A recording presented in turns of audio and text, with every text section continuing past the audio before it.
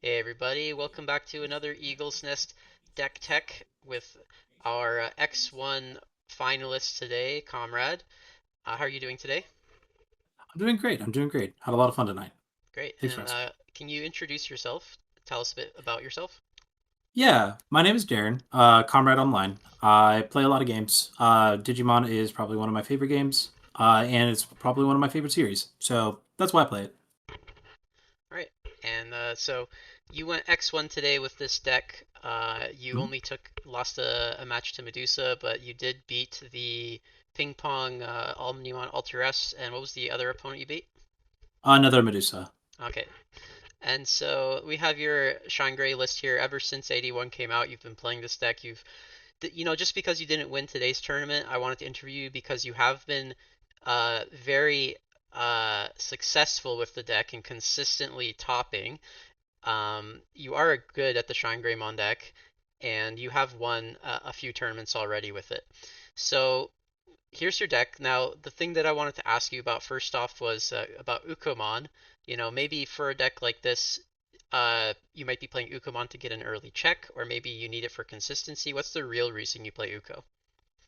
So Ukomon is simply because the other level threes that are available to you in this deck bot deck your Marcuses. Other than like maybe the uh, EX4 Agumon. And the reality is that if you bot deck your Marcuses, it's already kind of Jover. If you don't have one in hand, it's kind of bad for you. So that's the biggest one. Okay. Maybe if that loads later, we can get back to it. And then the Yeah. other question I wanted to ask you about was Digital Gate Open. So obviously good in a deck where you want to be looking up your Tamers and your Digimon. Mhm. Why is this card so important in your deck? It's a 4 of, so you probably want to see this every game. Yeah, so the thought is obviously DGO by itself is just a very good card. It plays your Marcuses for cheap. It does kind of if this was red and yellow, it would be a Shine Greymon card. And it would just be very good. The biggest thing, though, and it's actually tied into the same reason why I run two scrambles along with it, is that having six cards that in security that say play an Agumon or play a level three or lower. It's just really good for your clapback kind of situations. It can make you can get an extra search off of it, which if you're bricked up and they're doing early checks on you, and it's just really punishing for the opponent. And the deck is already very punishing for anybody that's behind. And so just if somebody puts me ahead like that, then I can start making some. I can start making some moves, start making or start clearing out the game as fast as possible. Right? Then obviously you have the goated Marcus and Yep. Agumon, and the classic Marcus that made the deck very good back in the day is still pretty strong. But you're Yep. actually playing two memory setters. What? Mhm. Why is this a meta call? Like, what's the point of this card? Uh, so that card is something that I think of when how to put this. Memory Setter Marcus is one in which that can steal back turns because a lot of decks play at zero, maybe one, and maybe on my turn cards or my turn effects, and so or memory on my side. That's what I'm meaning. And being able to just steal back a random memory because they allow you to suspend itself, and if you have an Agumon, you gain a memory. Really good. You can like shut down a couple of combo decks that way.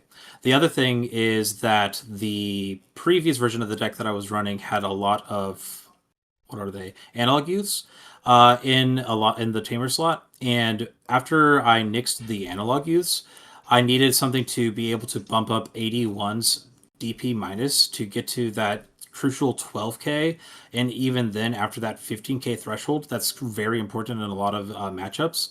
And so just having that extra tamer either on play to -3 them this turn or just to have for the minus off of the 81 effect, off the 81 Shine Gray effect. Very good. So, which deck can you think of where you need to get such a high amount of minus DP that the Shine Gray alone is not enough? You need the boost from this Marcus. So a couple. There are green decks such as the what is it? Vortex, Safaga? Yeah, Vortex. Yeah, Vortex. They are playing the +2 inheritable, and that makes Vortex Dramon like 16k natural on their turn. And because they're unaffected, I have to hit that threshold there. And so having that there is pretty good. In addition to that, Royal Knights will ever be a present force. You just sometimes have to be able to -15 something on their board. And they're not, sometimes that Oyukan Ace comes down turn two, and you just got to get rid of it immediately. Yeah, Um, gotta get it hit 16k sometimes. Yep, yep. That was more difficult without the analog use, but luckily Royal Knights has fallen out of fashion. We'll see it in about 2 sets. What about But yeah, another big Digimon might be Shoutmon Cross 7. It can I be have played a lot of Crosshearts, and that deck is a matchup that does not care that I have -10 the board. Um, yeah. it is just really rough, but it's fun. It's a fun matchup. It's definitely it's interesting.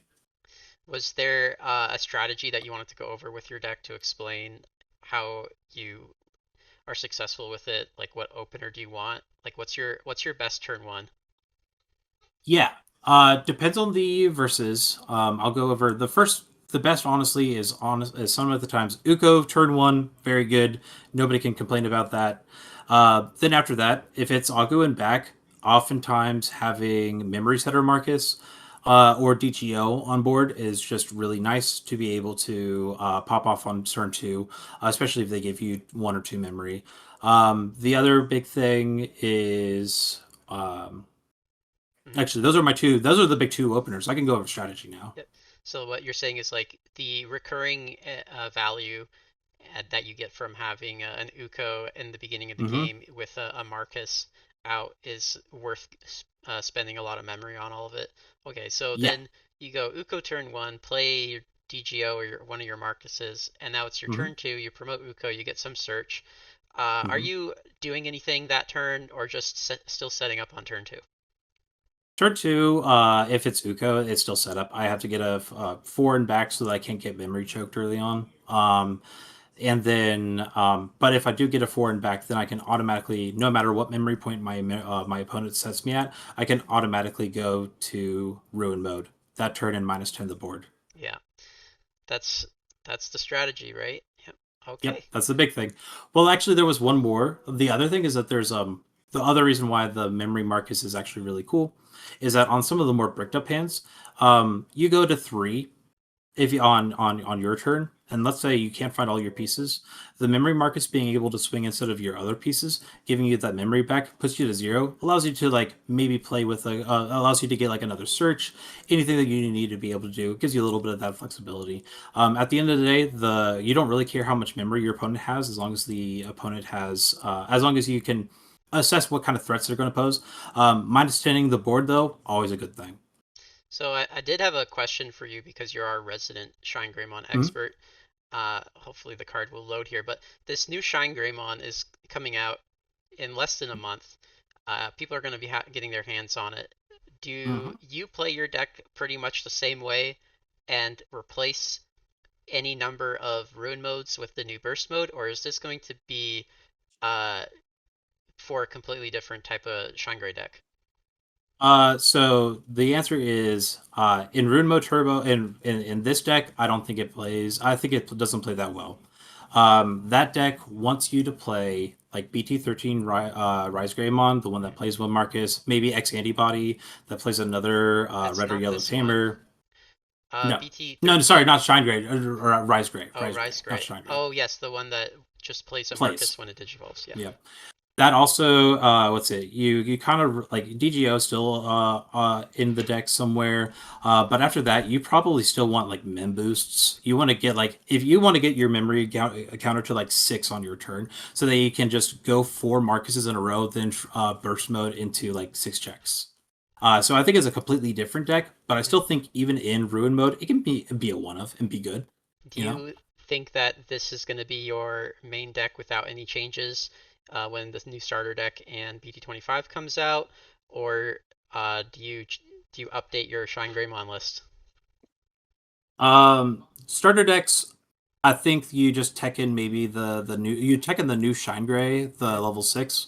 That will be your new fifth Shine Greymon instead of any of the BT12. Because you get the extra check with the security +1 that the Shine Gray gives you on your Marcuses, and in addition to that, it also plays a Marcus just as a very important. It will just make your Right. combo that much more consistent. Seems Uh, like playing out a Marcus on your level 6 is important Very to your important, strategy. very important. Then for once BT25 comes out, um, it'll just depend on whether or not it's consistent enough. Can you make it work? Does it require too many pieces in hand to make the new burst mode function? If you can make it work on a consistent basis, then yeah, you just play that because OTKing your opponent's probably better than minus 10 your opponent and praying that they don't have an answer. Because if they do, you lose. Okay. Thanks for the insight. We'll see what happens with the deck in a few weeks, and I look forward to seeing what you do with the archetype. Thanks, We appreciate Comrade. it. Do you have any closing comments before we go? Nah, just like Kansas City is pretty sick. You should come here. We love it here, and we have Great. a bunch of really good Digimon players. Thank you for the invite. Thanks for the interview as well. Thank you for playing at Eagles, Comrade. Congrats on your. Technically, you came third place today, tied for third. Have a great rest of your night. Thank you. Appreciate you.